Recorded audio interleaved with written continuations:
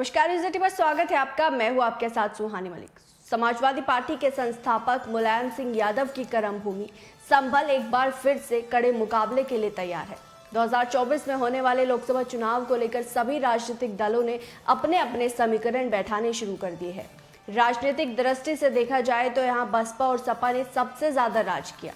1984 तक तो कांग्रेस इस सीट पर कब्जा जमाई रही, लेकिन उसके बाद से लोकसभा चुनाव के दौरान कांग्रेस का पूरी तरीके से सफाया हो गया और अब 24 के रण को लेकर सभी दलों ने एक नए सिरे से चुनाव को लेकर राजनीति बनानी शुरू कर दी है। मुलायम सिंह यादव और चौधरी चरण सिंह जैसे नेताओं की कर्मभूमि कहे जाने वाली इस सीट पर अब बीजेपी की नजर है।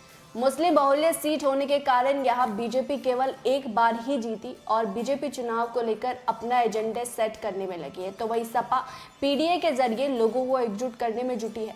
बसपा और कांग्रेस को भी अपना अपना समीकरण जो है वो लगाने में जुटी। अब बता दें कि 11 लोकसभा चुनाव में यहाँ 11 बार जो प्रत्याशी जीते हैं वो यादव प्रत्याशी ही जीते हैं। 1977 में अस्तित्व में आई संभल लोकसभा सीट कई मायनों में खास है। इस मंडल की सबसे अहम सीटों में गिना जा सकता है, क्योंकि इस सीट ने समाजवादी पार्टी के मुखिया रहे मुलायम सिंह यादव और उनके परिवार के सदस्यों को भी संसद तक पहुंचाया है।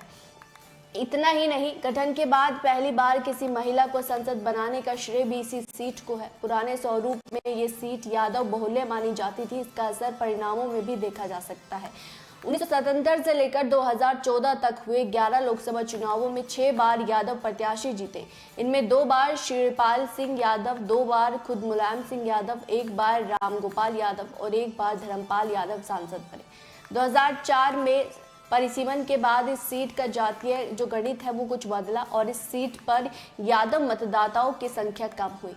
संभल में कब किसने चुनाव लड़ा वो भी आपको बता दें। 1977 से लेकर 1980 तक शांति देवी भारतीय जो लोकदल की थी वो 6ठी बार यहाँ, 7वीं बार 1980, 1984 ब्रजेश पाल जो कांग्रेस के थे, 8वीं बार यहाँ फिर कांग्रेस, 9वीं बार यहाँ जनता दल और 10वीं बार यादव जनता दल, 11वीं बार बसपा, 12वीं बार सपा, 13वीं बार भी सपा, 14वीं बार भी सपा और 15वीं बार भी यहाँ, यानी कि 2009 से लेकर 2014 तक यहाँ सपा के डॉक्टर शफीकुर रहमान बर्क यहाँ सांसद रहे। 2014 अब तक सत्यपाल सिंह भारतीय जनता पार्टी और 17 यानी कि 2019 में शफीकुर रहमान बर्क जो कि समाजवादी पार्टी से थे वो उन्होंने जीत हासिल की। अगर हम संभल सीट के इतिहास पर एक बार नज़र डालें तो ये एक ऐतिहासिक और धार्मिक दृष्टि से काफ़ी महत्वपूर्ण माना जाता है। चारों युगों में संभल का वजूद रहा और इसे अलग अलग नामों से जाना जाने लगा। संभल एक महत्वपूर्ण सीट है और हाई प्रोफाइल सीट है। यहाँ जो शफीकुर रहमान है उनका यहाँ काफ़ी जो बोलबाला है वो देखने को मिलता है। अगर हम संभल की बात करें तो संभल की 5 विधानसभाओं पर कब किसका कब्जा रहा वो भी आपको बता दें।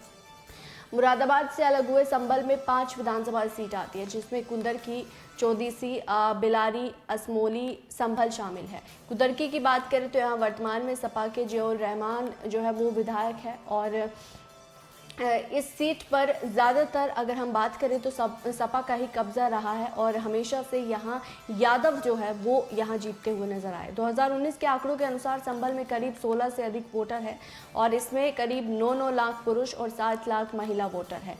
2014 में यहाँ 62% मतदान हुआ था और करीब 40% हिंदू और 50% से अधिक यहाँ मुस्लिम आबादी है।